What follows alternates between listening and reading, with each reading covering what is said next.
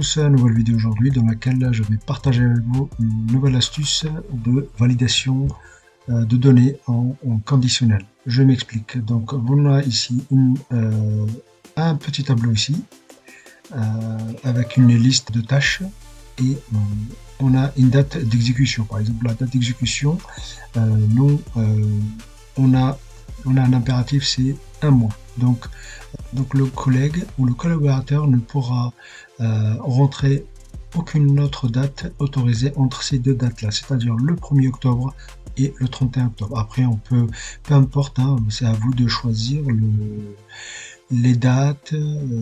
Si vous pouvez mettre par semaine, vous pouvez mettre par quinzaine, le mois, 3 mois, etc., etc. Donc c'est vraiment très utile des fois pour éviter toutes les erreurs d'enregistrement, de frappe, etc. Donc pour mettre en place cette validation de données avec une conditionnelle, rien de compliqué. Donc on va dans un premier temps, on va voir une formule, donc la même formule en fait, mais une formule, on va rentrer les dates. Et une formule, on va utiliser les cellules, les références de cellules. Donc on va tester. Hein. Donc là où j'ai, si je mets le 30 septembre, 09, je fais entrer, ça ne marche pas. Si admettons, là c'est pareil, si je mets le 31, 10, là normalement ça passe. Si là je mets le 01, 11, ça ne passera pas. C'est normal parce que je lui ai indiqué, je veux que les dates elles soient comprises entre les jours choisis, je veux qu'ils soient compris entre le 1er et le 31. Je vais effacer les formules ici, les dates, on va faire ça ensemble. Donc je viens d'effacer les formules et on va faire ça. On va commencer par le premier exemple. Donc ici, on va utiliser réellement ces dates-là. Donc on va les hard-coder dans notre formule. Donc pour ce faire, je clique sur ma cellule, là où je vais mettre validation de données conditionnelles. Donc je viens dans l'onglet données, je viens dans validation de données, je clique, je fais validation de données et là je ne vais pas autoriser tout ou liste ou quoi que ce soit, je vais venir mettre dans personnalisé. Je vais appliquer une formule. Donc la formule c'est la formule et j'ouvre une parenthèse et là je vais aller sélectionner la cellule. Donc c'est cette cellule là et je veux qu'elle soit supérieure ou égale à, hop, supérieur ou égal à quoi, je vais supérieur ou égal à quoi, donc là je vais, c'est ce qu'on appelle hard-coder, je vais la taper, donc date, j'ouvre une parenthèse, donc la formule date en fait, hein, et là je voulais indiquer donc l'année, point virgule le mois, donc là on a dit le mois d'octobre, point virgule, je vais à partir du 01, vous pouvez mettre à partir du 7, ce que vous voulez, 01, là donc là je ferme la parenthèse pour la formule date, je fais point virgule, et je reprends la même cellule, et je veux cette fois-ci, au lieu que ça soit supérieur, je veux qu'elle soit inférieure ou égale à, pareil, donc date, inférieur ou égal date, j'ouvre une parenthèse, pareil 2025, point virgule 10, point virgule 31. Je sais qu'il y a 31, donc je ferme la parenthèse pour la formule date et je n'oublie pas de rajouter une dernière parenthèse pour la fonction et. Très important.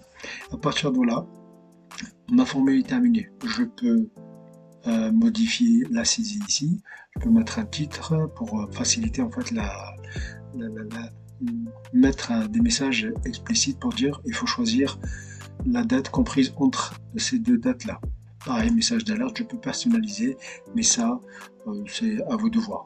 Ok, donc je fais OK et là normalement ma formule elle est la formule conditionnelle elle est en place. Donc on va essayer, donc on va mettre le 10, ça rentre. Si je reviens dessus, si je mets 3009, ça ne marche pas. Ok, c'est normal. Donc je fais échappe à sortir de là. Si je fais 0111, ça ne marche pas. C'est normal. Ok. Par contre, si je mets le 2710, là, ça fonctionne. Ok. Donc ça, c'est pour la première méthode, c'est-à-dire on a rentré les dates dans notre formule. Donc si on vient changer des dates là, il faudra venir et les modifier dans la formule. C'est pourquoi je conseille vivement de travailler avec les références, les cellules. Travailler avec les cellules, c'est très important. Comme ça, si vous venez à changer cette cellule ou cette cellule, ça se change automatiquement au niveau de la formule. Il n'y aura pas d'oubli, il n'y aura pas d'erreur ou quoi que ce soit. Donc c'est vraiment, je vous conseille de travailler avec les références de cellules. Donc je sélectionne mes deux cellules sur lesquelles je vais appliquer la validation de données conditionnelle. Je fais personnaliser et là pareil. Donc si vous voulez, c'est la même formule. Si vous voulez, c'est la même formule. C'est la même formule, sauf que au lieu d'utiliser la formule date, moi j'ai utilisé la référence ici, les cellules. Donc je sélectionne mes deux cases, mes deux cellules sur lesquelles je vais appliquer. Je fais validation de données, je vais chercher personnaliser et là je vais appeler la fonction et j'ouvre une parenthèse et là pareil. Donc je vais, si cette cellule est égale ou supérieure, supérieur ou égal à quoi? À cette cellule là. Donc je n'oublie pas de la figer, hein, très important, sinon si admettons j'ai d'autres tâches qui viendront se remplir le tableau, celle-là risque de glisser. Donc il faut bien penser à bien figer la cellule. Et je reprends la même chose. Donc si cette cellule-là est cette fois-ci inférieure ou égale à quoi? À celle-ci. Je n'oublie pas de la figer avec la touche F4. Et voilà, normalement là ma fonction est terminée. Je ferme la parenthèse. Et là, je vérifie, c'est 29, c'est 29, hop, je fais OK. Et voilà, donc là, si je mets 0,1, 10, ça passe. Si je mets 31, 10, ça passe. Si je reviens, je mets 0,1, 11, ça ne passe pas. C'est normal parce que je l'ai indiqué là. Si admettons là, je fais le 30 septembre, ça ne passe pas non plus. Donc on a vu, donc là donc on va mettre les formules à côté. Donc on va prendre les formules.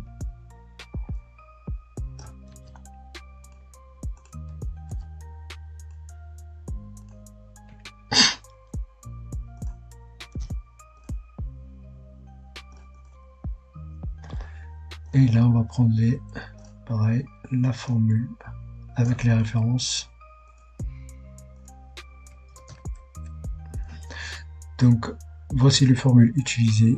Donc les deux fonctionnent, mais la première elle fonctionne, mais si on vient changer les dates ici, il faudra venir les changer ici. Mais encore une fois, je conseille vivement de travailler avec les cellules. Comme ça, si je viens changer ici, en plus ici j'ai une formule. Donc j'ai besoin de rien faire, juste à mettre une date par exemple, je veux que ce soit 01, 11 par exemple, voilà, et là on a la fin du mois. Donc vraiment, pensez à travailler avec les cellules. Voilà, ce partage est terminé, j'espère en tout cas qu'il vous sera utile, n'hésitez pas à liker, à partager, et je vous dis à bientôt pour un nouveau partage.